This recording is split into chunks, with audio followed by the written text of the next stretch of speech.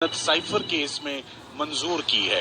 ये तकरीबन 4 घंटे के दलाइल सुनने के बाद जो अहम बात आपको बताने के लिए कि सुप्रीम कोर्ट ने बार बार ये चीज आज ऑब्जर्व की कि ये इस केस में साइफर डॉक्यूमेंट कभी बाहर गया ही नहीं है।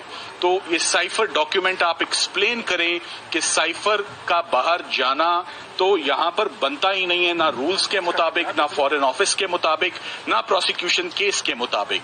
दूसरी जो अहम बात बार बार आज जिसको प्रोसिक्यूशन से कन्फ्रंट किया गया कि वो फॉरेन पावर बताएं, वो एनिमी स्टेट बताएं जिससे जो मुस्तफीद हुई, जिसको फायदा पहुंचा या फायदा पहुंचाया इमरान खान साहब ने। ये तकरीबन बात 10 से 12 दफा मुख्तलिफ अंदाज में पूछी गई जिसका सरकार के पास कोई जवाब नहीं था।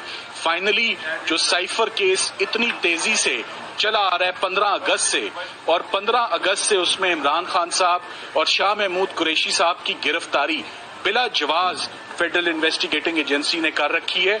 और आज दिन तक जो ट्रायल जज हैं उन्होंने भी जमानत खारिज की और इस्लामाबाद हाई कोर्ट के फाजिल जज साहब ने भी ये जमानत खारिज की। उसको आज तीनों जजेस ने यूनानिमसली एक आवाज से उस केस को भी मुस्तरद किया, फर्दर इंक्वायरी भी पाई, और साथ ही साथ उन्होंने कहा कि ये पॉलिटिकल विक्टिमाइजेशन अगर ऐसी चलती रहेगी तो लेवल प्लेइंग फील्ड कैसे मिलेगी।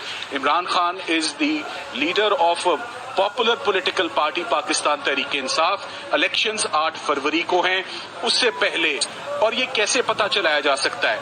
आज बार बार जो बात सामने आई, जो एक तासुर चल रहा था कि ये केस सजाए मौत का केस है या उम्र कैद का केस है, आज सरकार ये साबित नहीं कर सकी कि ये सजाए मौत या उम्र कैद का केस है। उनको बहुत अपॉर्चुनिटीज मिली, और आज आके अगर कोई बात बनती है तो वो सिर्फ 2 साल की बनती है।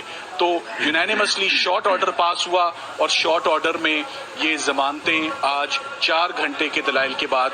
सो मेरा ख्याल है कि बहुत दिनों के बाद साइफर केस की हवा निकल चुकी है, एक बात का बतंगड़ बनाया गया, और आज साइफर केस अपने अंजाम को पहुंच गया। जैसे इसमें बेल और ऐसी ऑब्जर्वेशंस आई हैं, ऐसे व्यूज एपेक्स कोर्ट के, सुप्रीम कोर्ट ऑफ पाकिस्तान के आ गए हैं, जिनको अब ट्रायल में संभालना सरकार के लिए बहुत मुश्किल है। मेरा ख्याल है बेहतर ये होगा कि अब वो किसी और केस की तरफ जो है वो रुख करें, जो कि एक ट्रेंड चल रहा है अनफॉर्चुनेटली कि एक के बाद एक मुकदमा। फेडरल इन्वेस्टिगेटिंग एजेंसी इससे पहले भी आपको मालूम है फॉरेन फंडिंग केस में किस्मत आजमा चुकी है, कामयाब नहीं हुई। 3 FIRs दी, कामयाब नहीं हुई। सो जब तमाम मुकदमात खत्म हो गए, दहशतगर्दी के, कत्ल के, सेडिशन के, म्यूटनी के, तो उसके बाद फिर रुख फाइनली साइफर के मुकदमे की तरफ किया गया। मगर आज जो बार बार बात हुई कि ऑफिशियल सीक्रेट्स एक्ट और इस कानून का, जो कि आर्म्ड फोर्सेस की प्रोसिक्यूशन के लिए, बड़े सीरियस मामलात के लिए ये प्रोसिक्यूशन होती है कि दुश्मन मुल्क के साथ ताउन किया जाए, यहाँ पर कोई चीज बाहर नहीं गई है।